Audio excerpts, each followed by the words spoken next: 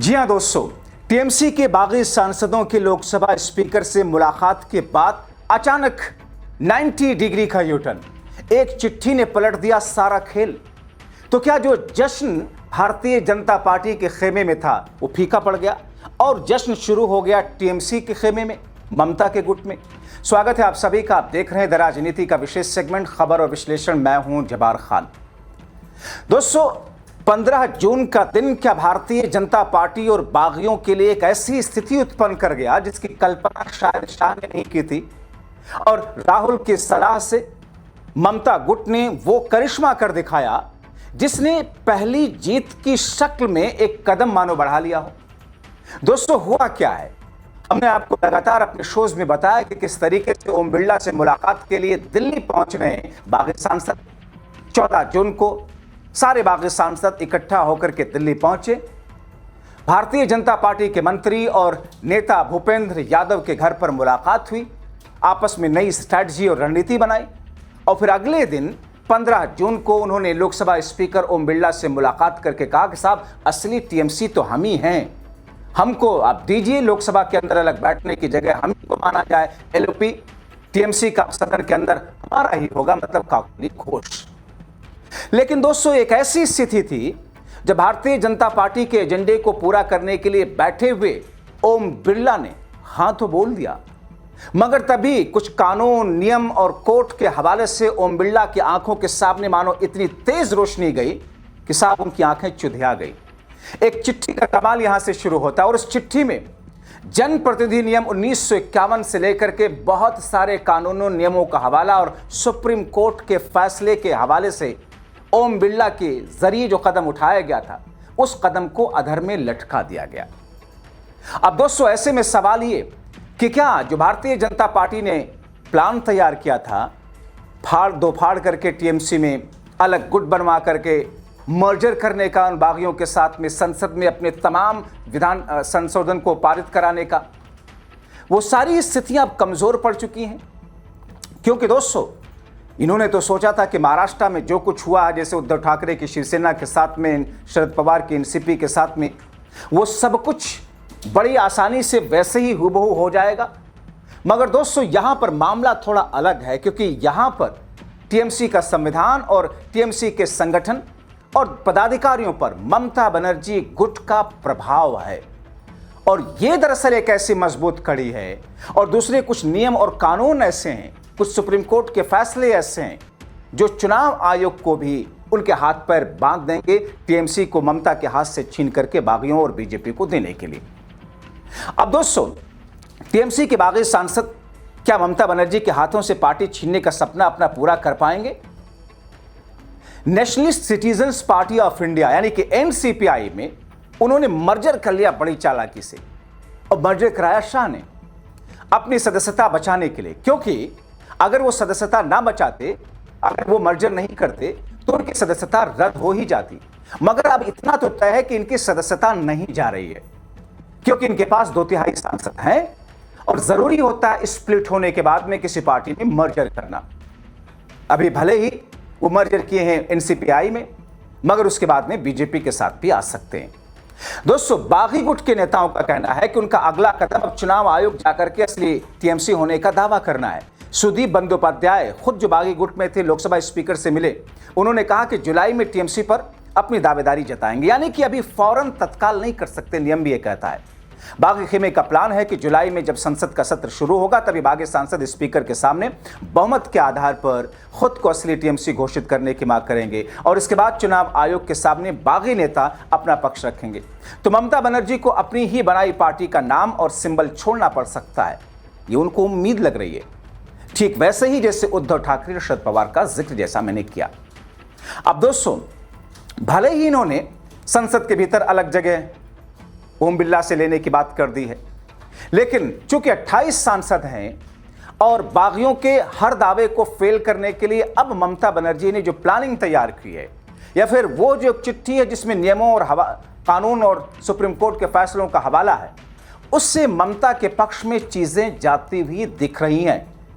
उम्मीद की पहली सीढ़ी टीएमसी ने चढ़ लिया है, क्योंकि एक दिन पहले ही उधर राष्ट्रीय महासचिव टीएमसी के अभिषेक बनर्जी ने भी 14 जून को लोकसभा स्पीकर ओम बिरला को भी एक पत्र भेजा और बागी गुट को मान्यता नहीं देने की मांग की थी। उन्होंने उसके कारण बताए थे कानूनी तौर पर। अब दोस्तों, ममता के लिए जैसा कि मैंने आपको बताया, सबसे मजबूत कड़ी टीएमसी के संगठन, कार्यकर्ताओं, पदाधिकारियों पर उनका वर्चस्व होना। अदालत के किसी फैसले से छीन पाना बागियों के लिए सबसे बड़ी चुनौती यही होगी। भले ही दरबारी मीडिया बागी नेताओं के पक्ष में पलड़ा भारी दिखा रहा हो, लेकिन पश्चिम बंगाल की जमीन पर ममता बनर्जी का वर्चस्व है। जमीन पर भले ही सांसद पर बीजेपी का वर्चस्व बन चुका है। असली लड़ाई अदालत के कमरों से शुरू होकर के बंगाल के चुनावी मैदान तक तो अब दिखेगी। सबसे बड़ा सवाल यह कि क्या बागी सांसद आने वाले समय में ममता बनर्जी से टीएमसी का नाम और पार्टी का चुनाव चिन्ह भी छीन पाएंगे? महाराष्ट्र में शिवसेना उद्धव ठाकरे बनाम एकनाथ शिंदे और एनसीपी शरद पवार बनाम अजित पवार के मामले में हमने देखा। अब वैसी स्थिति ममता बनर्जी की पार्टी में खड़ी है, मगर यह सपना शायद ही पूरा हो। खुद टीएमसी के बागी गुट में शामिल सांसद सुदीप बंदोपाध्याय क्या कहते हैं, उन्हीं के जवाब में बहुत सारी चीजें छुपी हैं कि साहब इसका फैसला तो अदालत करेगी। उन्होंने ये नहीं कहा कि हम ही हैं, उन्होंने कहा अदालत करेगी। उन्होंने कहा कि हम nationalist citizens party of India में विलय कर चुके हैं। नियम के तहत आप 2/3 सदस्यों के साथ अलग होते हैं तो आप पहले ही दिन उस पार्टी के नाम की मांग नहीं कर सकती। नियम है। जुलाई में टीएमसी के नाम और निशान की मांग करेंगे क्योंकि हमारे पास 2/3 बहुमत है। मतलब साफ है कि टीएमसी की लड़ाई कोर्ट जाकर ही रहेगी। दोस्तों, सियासत में देखा गया है कि जब किसी पार्टी में 2 गुट बनते हैं और दोनों ही गुट खुद को असली पार्टी बताते हैं तो इसका फैसला चुनाव आयोग करता है। इस बात का पूरे उल्लेख election commission election symbol reservation and allotment order 1968 के पैराग्राफ 15 के तहत करता है।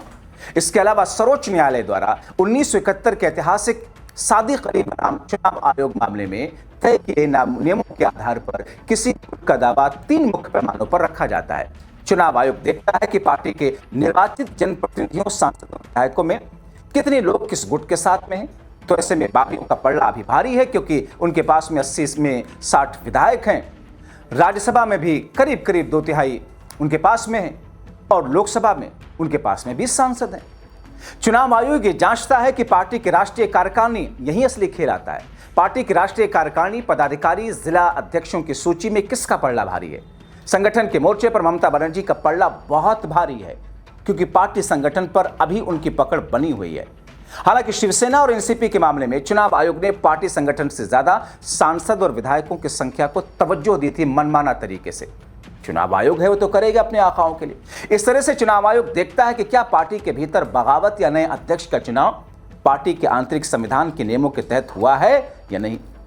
चुनाव आयोग को लगता है कि मामला बहुत उलझा है और तुरंत फैसला नहीं लिया जा सकता, तो अंतरिम तौर पर टीएमसी के नाम और जोड़ा फूल सिंबल को फ्रीज कर सकता है। ऐसी स्थिति में दोनों गुटों को अस्थायी तौर पर नाम और नए सिंबल दिए जाएंगे।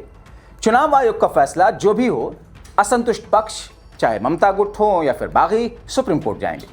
महाराष्ट्र के मामलों की सुनवाई भी सुप्रीम कोर्ट में लंबी खिंची, इसलिए बंगाल में भी यह कानूनी लड़ाई महीनों या सालों चलेगी। ममता बनर्जी और अभिषेक बनर्जी इतनी आसानी से अपनी पार्टी का सिंबल नहीं छोड़ने वाले। अभिषेक बनर्जी ने पहले ही लोकसभा स्पीकर ओम बिरला को पत्र लिखकर मांग की है कि इस बागी गुट को मान्यता ना दी जाए और अधिकृत व्हिप का पालन कराया जाए। चुनाव आयोग या लोकसभा स्पीकर के किसी भी फैसले के खिलाफ दोनों में से जो भी पक्ष हारेगा वो तुरंत सुप्रीम कोर्ट का दरवाजा खटखटाएगा। यानी कि आने वाले दिनों में दिल्ली से लेकर कोलकाता तक लंबी कानूनी लड़ाई होगी।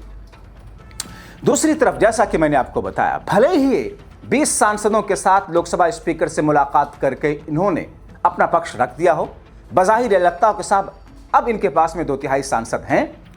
अब ऐसी स्थिति में, जैसा कि एक दिन पहले काकुली घोष ने तो कह ही दिया था कि उनके पास 2/3 सांसद हैं, 1-2 और भी जुड़ेंगे, 58-60 विधायकों का समर्थन है और नियमों के हिसाब से देखा जाए तो हम ही असली टीएमसी हैं। ऐसी स्थिति में सुदीप बंदोपाध्याय जो कहते हैं कि जब 2/3 सांसदों के साथ कोई पार्टी का धड़ा अलग होता है, पहले ही दिन पार्टी पर अपना दावा नहीं कर सकता, इसीलिए एनसीपीआई में विलय का रास्ता चुना। अब आगे की लड़ाई जुलाई में होगी जब टीएमसी के बागी नेता पार्टी और चुनाव पर दावा जताएंगे। तो फिर ऐसी स्थिति में दोस्तों, जबकि एक चिट्ठी के जरिए नियमों, कानून, सुप्रीम कोर्ट के फैसलों के सहारे लोकसभा स्पीकर ओम बिरला के सामने मानो उनकी आंखों में टॉर्च की ऐसी रोशनी मारी गई कि एक बार फिर से उनकी आंखें चकाचौंध हो गई।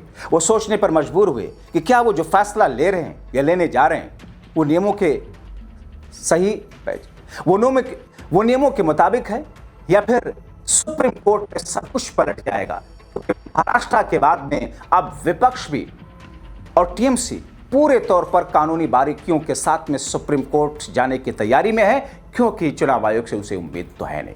आप क्या सोचते हैं इन तमाम चीजों को लेकर? अपनी राय कमेंट बॉक्स में जरूर लिखें।